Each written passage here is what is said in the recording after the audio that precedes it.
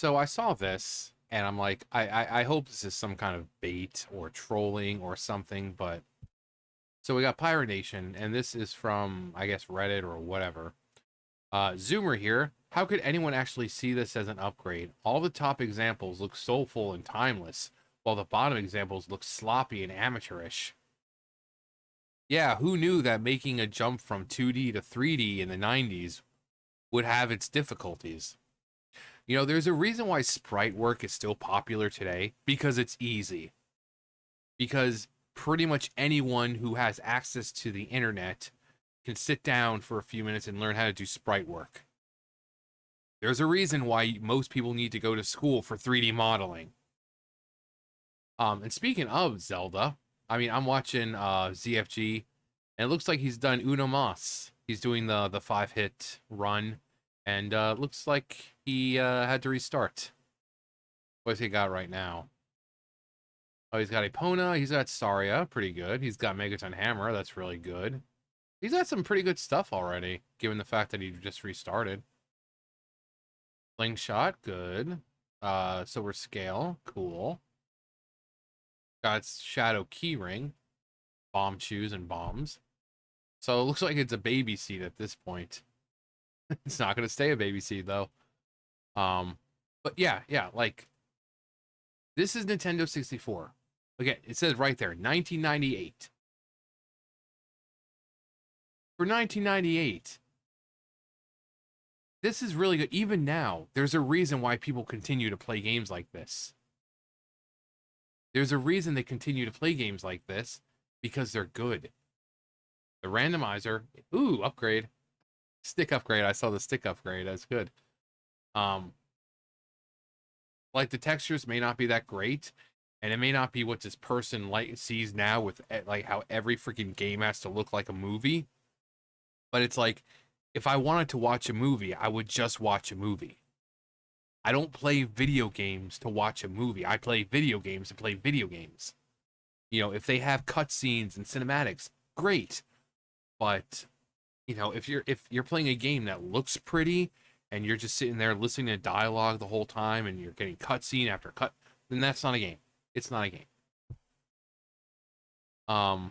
But they're again, sprite work is extremely easy. Why do you think you have like fucking 10-year-olds making their own fan games? Sprite work is not that hard. I mean, all it is you can either do it online or, with already preset assets, or do it yourself. But like back here, it's just layering. It. Why do you think there's so many Pokemon games with all these fancy looking, creative, original sprites? Because sprites are not that hard to do. If you want them to look professional, that's one thing, but anyone can make a sprite. When you're sitting in 3D, you've got modeling that you have to do. With these games with sprites, you go back and look at like, this game, Super Mario World or Sonic, where they have individual sprites of every one of their actions, and then it's just like you layer them together and then they perform that action. Whereas modeling, you've got to, okay, we take the model, and then we move their arm upwards, and then we move the leg like this, and then you have to individually move every portion of their body to make it do what you want. Not just draw out a movement and then put them all together and have that movement happen. No, you have to model and move the arms and the legs and everything the way it needs to make it look natural. Also, then we have Final Fantasy VII, where you got Cloud and Barret over here. But then you look at their models compared to, say, Mario and Link. Looking dopey. But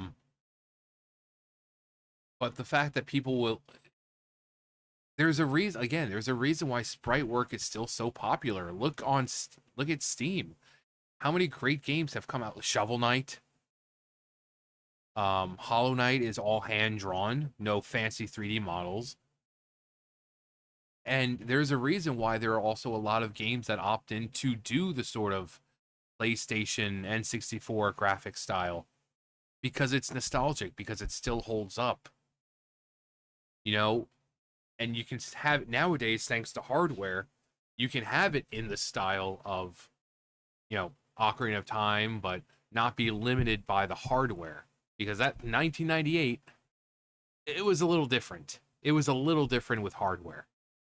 But nowadays, we can make a game look like Ocarina of Time or Mario or any of these other 3D games, but not be limited and restricted to, oh, well, we don't have enough space to do this. No. If you want to take a game and make it like Ocarina of Time, but have a vast world where you want to explore, you can do that. You can do that. Um, what's one of the ones that God, what was it? God, there's like three of them. It's one of the cat ones. This is like was it Cat's Quest or something? Great game. Great game. Great artwork and everything. It's a fun game. It's not complicated to look, looking. It's not complicated. There's not really 3D models. Actually, hang on. So this is Cat's Quest. It's a cute little game. I mean, you see this all hand drawn. Look at this. And it looks nice. And it's a fun game. So much that I think there's what, 3 of them now? 4? So there's a reason why gamers and game creators opt in for, these style of graphics, because they hold meaning to us. They nostalgia, and they're nice to look at, whether it be the 2D sprites or, early 3D style modeling. Again, the people focus so hard nowadays, like these AAA games, AAA companies, they focus so hard on trying to make the game look as realistic as possible. And having a pretty game doesn't do anything if the gameplay is bad, if the story is bad, if the characters are bad. It's like, oh boy, it looks nice.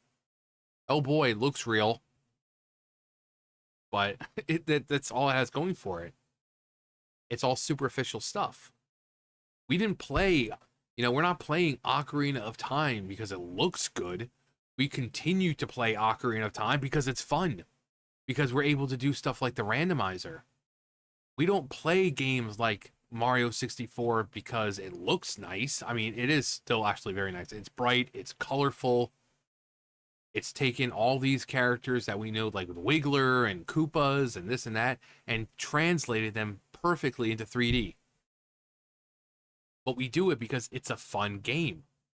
Final Fantasy VII.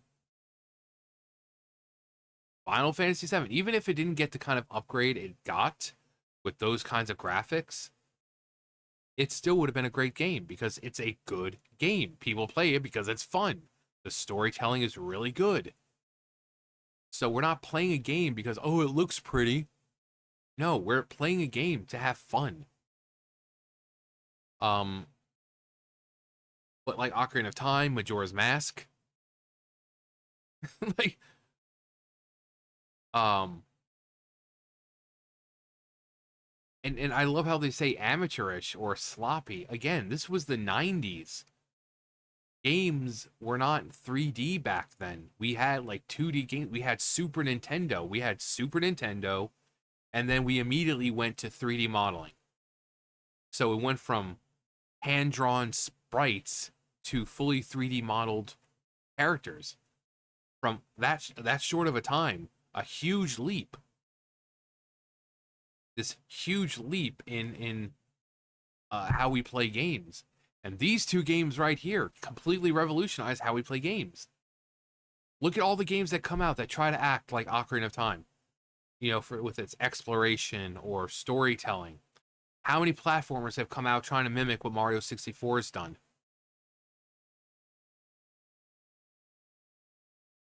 And it's not because they looked good, but because of what they were able to accomplish, given the very limited hardware that they were working on. Wait, what the Zoomer doesn't understand is that we remember these games graphics as photorealistic. When I go back and play them, I'm shocked at how bad the graphics are, but I remember them very differently. Again, I mean, back then it looked amazing, and it still looks good. I mean, it's so good. That's why people make like just simple mod packs, like texture packs just to enhance it. I play the randomizer with texture packs all the time. The 3DS model pack, and it makes the game look amazing. It makes it look amazing. The textures, everything.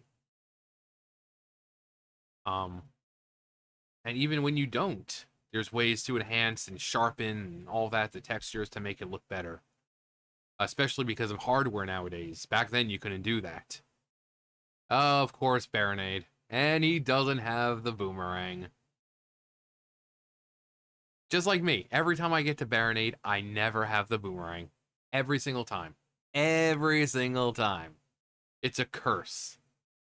It's a freaking curse. But anyway, yeah.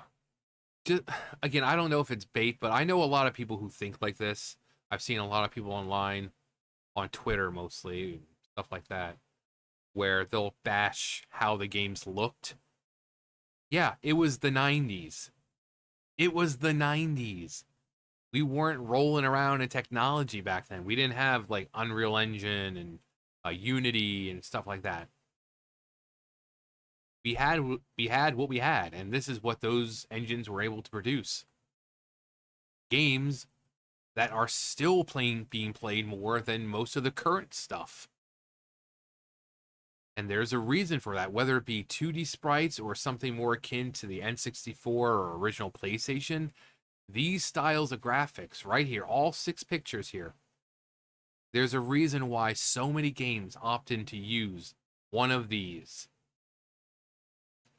There's a reason, because it's nostalgic and it'll make you, you know, plus it saves on space and all that when you've got more of a, you know, lesser model.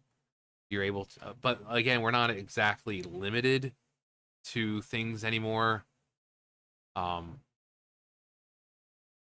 there's a reason why, the side sprites like in Super Mario, or the overhead sprites like in Zelda, or this whole kind of so detailed or sprite work in Final Fantasy, or any one of the 3Ds.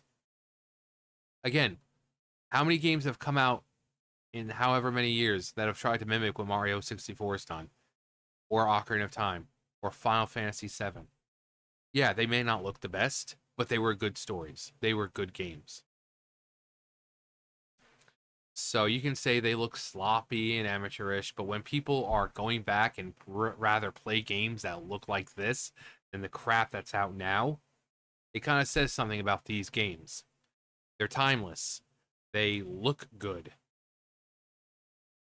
They're fun. They were great experiences. Nowadays, it's like, oh boy, another cutscene. Can't wait to sit through another 15 minutes of talking. And then it's like, oh, go over to this person. They're going to lead you over here. And then you have to listen to another 15 minutes of talking. Like most games, they're like 30 plus hours long, and most of it is just people talking. Shiitake. But anyway, that's just a theory. A game theory. Thanks for watching. No, but anyway, let me know what you guys think. There's a reason why people have to go to school for 3D modeling. You don't hear of the sprite work school. No, because anyone with a certain art program on their computer can make 3D or these 2D sprites. That's why games like this, like fan games, are so popular, because they're easy to make. And most of the time, you already have the assets. 3D modeling, you're making things most of the time, especially if it's fan-made, you're making it from scratch. It's completely different. And again, that's why people have to pay lots of money to go to school for 3D modeling. You don't see your people going to school for 2D sprites.